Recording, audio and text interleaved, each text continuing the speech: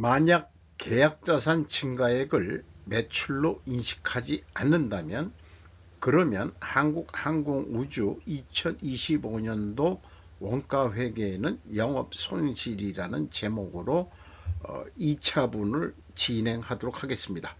구독, 좋아요 부탁드립니다.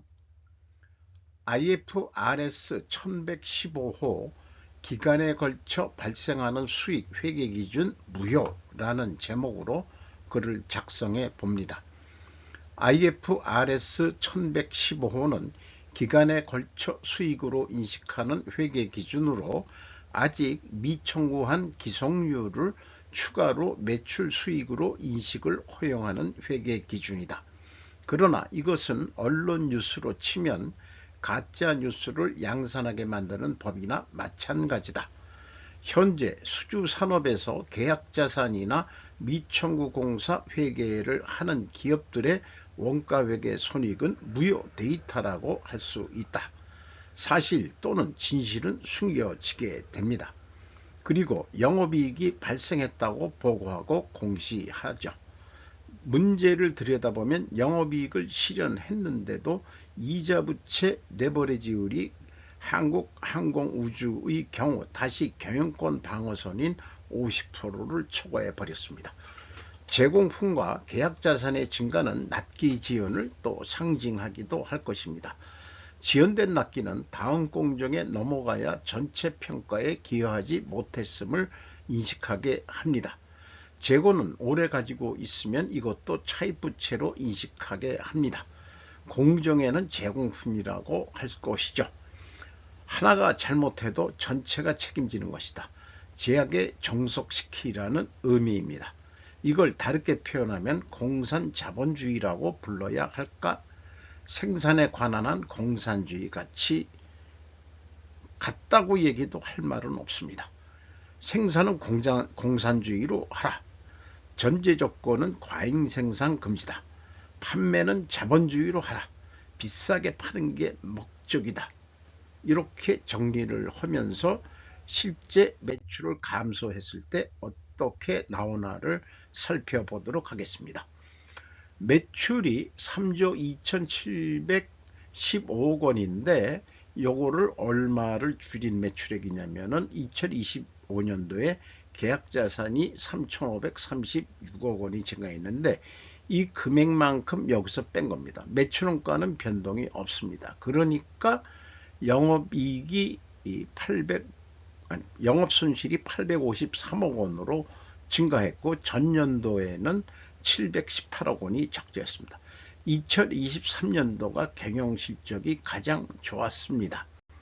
이것이 현실인데 2024년, 2025년 계속해서 계약자산의 증가와 제공품의 증가로 영업이익이 낮다고 결산을 해버린 것입니다. 그래서 스루풋으로 매출을 줄여서 했을 때 스루풋은 매출에 비례하는 매출 재료비니까 줄였다 하더라도 그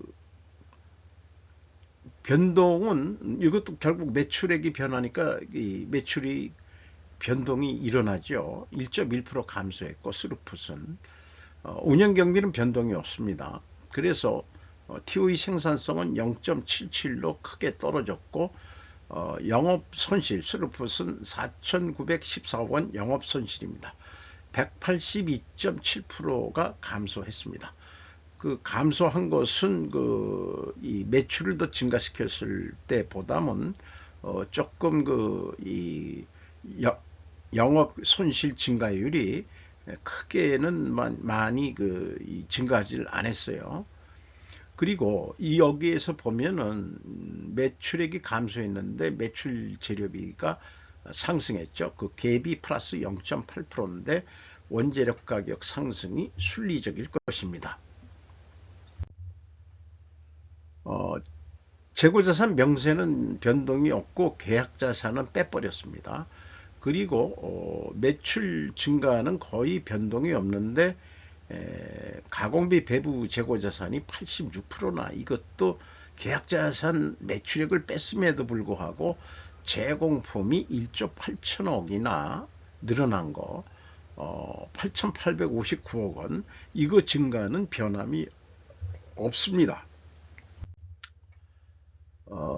비성분 내역도 크게 이제 변동이 없죠. 총 제조 비용에만 변동이 있을 것입니다. 여기서도 이 재료 비율이 1.8% 상승한 것으로 산출이 됩니다.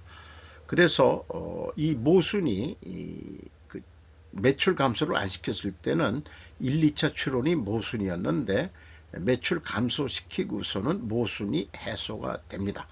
원재료 가격은 상승했을 것이라는 거 말이죠.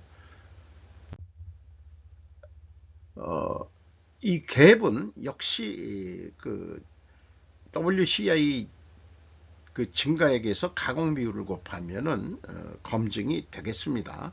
4,060억 원. 또 경영평가지표 재고 회전율이 포괄보다는 올라갔습니다. 1.1이었는데 1.6으로 올라갔습니다. 그러나 3년 연속 계속 재고 회전율은 떨어지고 있고요. 슬픈율도 떨어졌습니다. 동일 방향이면 투명하게 가정을 합니다. 그래서 이것을 투명회계를 입증하려면 원재료 가격은 상승하고 수주 판매 가격은 인하가 돼야 됩니다. 그 1차에서도 얘기했지만은 세큐리티, 기업 보안, 방위 산업 보안이기 때문에 알려주질 않아서 우리가 입증을 해드리고 싶어도 입증하기가 좀 어렵겠네요. 그리고 매출 실적은 실제 2024년도보다 떨어졌습니다. 이걸 기준으로 해서 스루풋 매출액은 손익분기점을 산출해 보면은 4조 8,850억 원은 해야 된다. 이게 나오고 그러면은 49.3%나 더 크게 매출을 올려야 된다. 재료비는 매출액에 비례하는 거니까 동일하게 49.3% 증가를 시키고 매출 재료 비율로 나누면은 동일한 금액으로 예측해 볼 수가 있습니다. 이것을 뭐 예를 들어서 전투기 톤당 가격이라고 얘기를 하면은 아니면은 뭐 전투기가 무거우니까 톤당 488만 5천 원에 팔면은 그게 똔똔이다.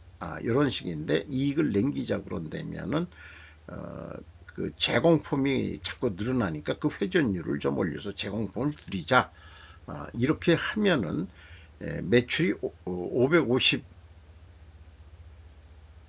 원이 돼가지고 운영경비가 6.4% 증가하더라도 영업이익이 15만 4,490원으로 올라갈 것입니다.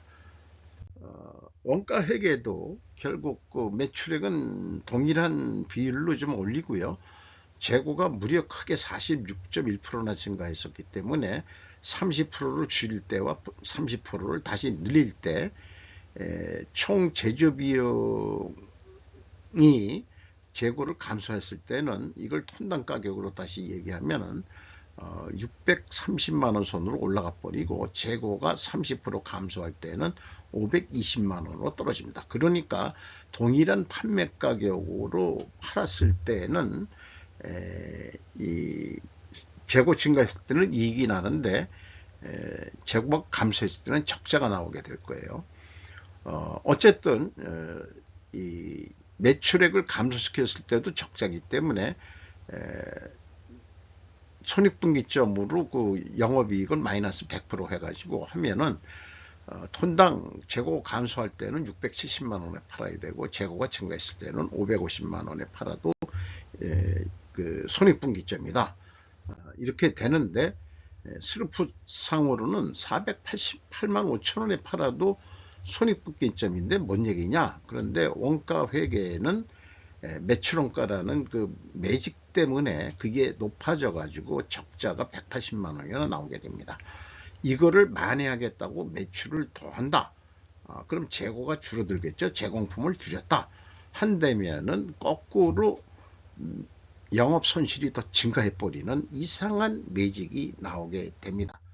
그것을 이렇게 비교표로 만들어 봤습니다.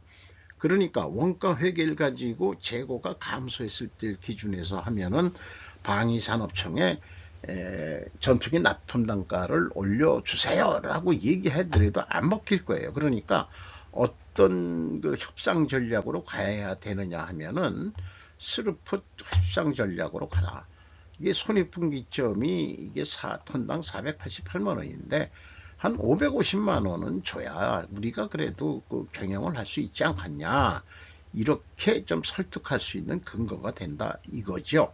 어느 게 합리적인 거고 상대방 방위산업청을 설득하는 게 어떤 게 유리하겠습니까? 뻔하게 스루풋으로 협상을 하라고 저는 강조하는 바입니다. 그래서 지금까지를 논리표로 다시 만들어 보면은 충분조건 논리로 만약에 계약자산 증가액을 매출로 인식하지 않는다면 그러면 원가회계는 영업손실이 될 것이다. 왜냐하면 매출원가는 변동되지 않기 때문이다. 액은 이것이 근본 원인이 되면 재고가 감소하면 영업손실이 확대될 수밖에 없는 거죠. 자, 그래서 우리는 스루풋 손익과 원가 회계 손익이 있는데 경영성과를 평가하기 위해서는 스루풋을 증가시켜야 한다. 반드시 스루풋을 증가시키기 위하여는 반드시 매출 증가를 일으켜야 한다. 한편 성과평가를 올바르게 하기 위해서는 반드시 매출원가 산식을 유지해야 한다. 여기서도 왜냐하면인데 굳이 얘기한다면 200년 동안 이걸 써왔기 때문이다. 이렇게 얘기할 거예요. 매출원가 산식을 유지하기 위해서는 반드시 가공비, 배부, 재고자산은 지속적으로 증가해야만 한다. 이런 이상한 논리가 나오는 거죠. 중국 애들이 이거에서 못 벗어나는 것 같아요. 이렇게 생각을 합니다. 그래서 바이든 정권 때 제닛 앨런 재무부 장관이 중국에 친히 가가지고 시진핑 오빠한테 과잉 생산하지 마시고 덤핑 수출도 안 하시는 게 좋겠다고 얘기했는데 말을 안 듣고 있죠. 그래서 누가 나서야 되느냐? 로스차일드 여사가 나서면 됩니다. 원가 회계를 쓰레기통에 버리는 기업부터 대출을 해주겠다. 이러면은 게임은 끝납니다. 이재용 씨가 해도 안 되고 한국 대통령이 하라 그래도 안 되고 글로벌 금융 세력이 하라 그래야 되지 않을까. 그런데 혁명이라는 게 굳이 이렇게 파워가 있는 이런 사람이 해야 되는 거냐. 예를 들어서 뭐 종교 비유를 하면은 좀 어울리지 않지만 한 사람의 그 희생으로 인해 가지고 기독교가 생겼죠. 그런 것도 이 세상에 있듯이 소수가 대세를 만드는 그런 거를 혁명이라고 할 것입니다. 원가 세계에서 스루풋 세계로 넘어가는데 지금 카이의 사례가 왜 원가 회계가 문제인지, 제공품이 왜 그렇게 늘어났는지 우리는 의문을 던져보게 되는 것이죠. 이상 마치도록 하겠습니다.